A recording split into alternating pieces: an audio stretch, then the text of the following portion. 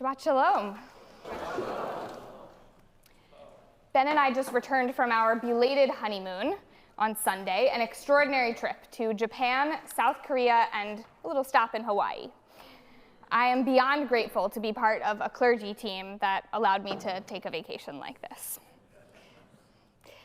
Neither of us had ever been to Asia before, so much of our trip to Japan and South Korea could be described like this. We had no idea what something was, we did it anyway, and we learned. We gained a deeper understanding of Buddhist and Shinto traditions by going to their temples and shrines, and even seeing some of their worship when we happened to walk in at the right moment. We made a reservation for a tea ceremony in Japan, having almost no idea what a tea ceremony entailed, and we learned about the very traditional and formal way that matcha tea is made, presented to guests, and enjoyed.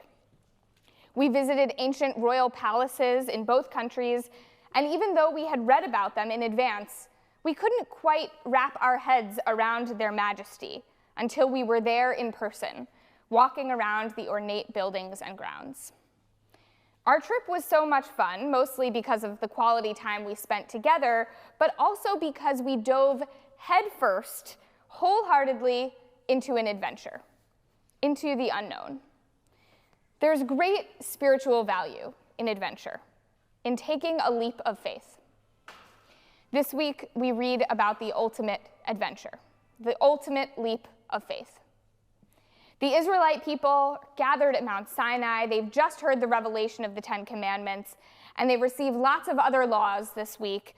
Don't mistreat the stranger, observe the Jewish holidays, don't cook a kid in its mother's milk, so many more. There are actually 53 mitzvot contained in this week's parsha. The Israelite people, standing at the foot of the mountain, say, Na'aseh v'nishma. We will do, and we will understand. Do first, understand second. This phrase has been widely commented upon because it's counterintuitive. The rabbis explain that the Israelites said Na'aseh v'nishma before hearing all the laws, sight unseen. We might think that the Israelites would first want to understand all the laws, all 613 of them, study them, make sense of them, make sense of the implications these laws would have for their lifestyles. Maybe make a pro-con list, have a town hall debate, take a vote, and only then make an informed decision as a community about whether or not to accept the Torah's laws. But that's not what happens. They immediately say, Na'aseh v'nishma, we will do, we will accept these laws, start practicing immediately, start observing dietary laws, start observing holidays, start doing Jewish. And then, after all the doing, we will understand. It's a major leap of faith. In fact, it's such a major leap of faith that we might question whether it was the right decision at all. Sure, we're glad that the Israelites decided to accept the Torah because we wouldn't be Jews today otherwise. But did they really need to do it blindly? Rabbi Joseph Soloveitchik, one of the most prominent 20th century American Orthodox rabbis, asks this very question. He explains that there are really two ways we make decisions in life. Ratzon tachton, our lower will, and Ratzon elyon, our higher will. Ratzon tachton, the lower will, refers to our practical will. When we make everyday choices, we consider all of our options, think it through, and make a practical decision. But Soloveitchik argues that some decisions in life cannot be made intellectually. The combination of the unknown future and the gravity of the decision forces us to tap into our Ratzon elyon, our higher will, our decision-making based on intuition and instinct, finding the gut feeling that comes from deep within us. The Israelites' Na'aseh v'nishma moment at Mount Sinai called for use of their Ratzon elyon. Because of the gravity of the decision, yes, but I believe even more so because of the unknown future. The reality is that no matter how much the Israelites could have studied the laws, pondered their meaning, discussed them amongst themselves, made pro-con lists, they could not have possibly understood what a life of Jewish practice and Jewish values would mean until they were living it. If someone told you they wanted to learn about the Passover Seder, you could describe it all day long. But I have a hunch that they wouldn't really understand the meaning and value until you invited them to your Seder, and they could absorb the experience for themselves. Just like Ben and I could research Shinto shrines and matcha tea ceremonies and Korean palaces for weeks and not fully grasp their significance and beauty until we experience them for ourselves. We couldn't understand and then do. We had to na'aseh v'nishma, do and then understand. There's a place in this world for both the ratzon tachton and the ratzon elyon.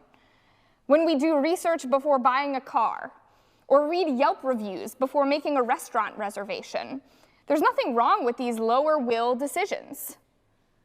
But living a Jewish life, and for that matter, any life of meaning, also requires the leaps of faith, the willingness to dive right in. Soloveitchik says decisions of faith, of marriage, of choice of profession, solutions to financial problems, acts of military genius, and most pivotal resolutions in life are reached intuitively, without addressing any inquiries to the intellect. We are suddenly struck by an incisive insight and with a sense of direction. Later on, the practical intellect is called upon to justify the decision, to remove inconsistencies, and to plan implementation. In fact, one of the most extraordinary aspects of Ben's and my trip was not a place or a ritual, but a person we met, Rabbi Andrew Scheer, the rabbi of the Jewish community of Japan. Rabbi Scheer is from Long Island, and through a series of leaps of faith, a series of na'aseh v'nishma moments, he ended up developing an affinity for Japanese culture, then spending a year teaching English in Japan, then deciding to become a rabbi, and then taking an enormous leap of faith and moving to Japan to serve the local Jewish community. It is a na'aseh v'nishma story if I have ever heard one. To move to another country, a 14-hour time difference from home, without speaking the language, with no family close by, to assume a position of communal leadership and service, with an understanding that he could not possibly know what the future would hold for him in Tokyo without diving in and experiencing it for himself, Rabbi Scheer took the leap. That particular leap, moving across the world to serve as a rabbi in Japan, might be a little more than most of us are looking for. And none of this is to say that we should throw all caution to the wind and jump into every situation without understanding what we're doing. Rational decision-making, using the ratzon tachton, the lower will, is essential too. But all of us, in order to fully live our lives, and especially in order to live Jewish lives, must be open to leaps of faith. Na'aseh v'nishma can describe the big and the small, the enormous adventures and leaps of faith, and the small acts of boldness and curiosity about something new. When the Israelites said na'aseh v'nishma, they not only accepted the Torah for themselves, but they also created a culture, a way of existing in the world that is now core to what it means to be Jewish, to be a lifelong learner, to always be curious about new ways to expand and enrich our Jewish practice, and to be willing to dive right in and sometimes take a leap of faith to try something new. The best example I can give you from my own life is kashrut. Believe it or not every rabbi grows up keeping kosher. I distinctly remember when I started. Though I had been learning about kashrut since I was young, at synagogue, at camp, the truth is that it didn't feel important or meaningful to me.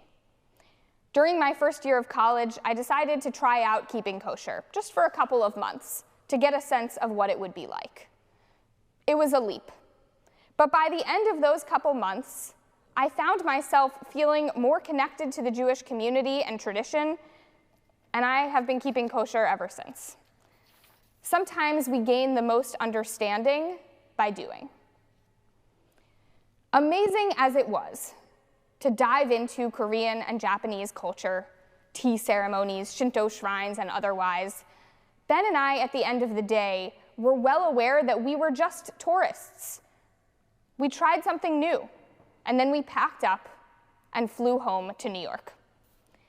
To live a life of na'aseh v'nishma, worthy of the Israelites at Mount Sinai, is anything but being a tourist, looking from the outside, peering in. New as it may be, to keep kosher for the first time, to read Torah for the first time, to put on a talis for the first time. These are steps into our own tradition, taking hold of our own heritage. New, perhaps, but really about reclaiming something that has been ours all along. Not about being a tourist, but about coming home. Ultimately, being open to na'aseh v'nishma is not about any one place, person, time, trip, or Torah reading. It's a way of walking through the world, to believe that we are always at the base of the mountain, if we only open our ears and our hearts to the calling of the hour.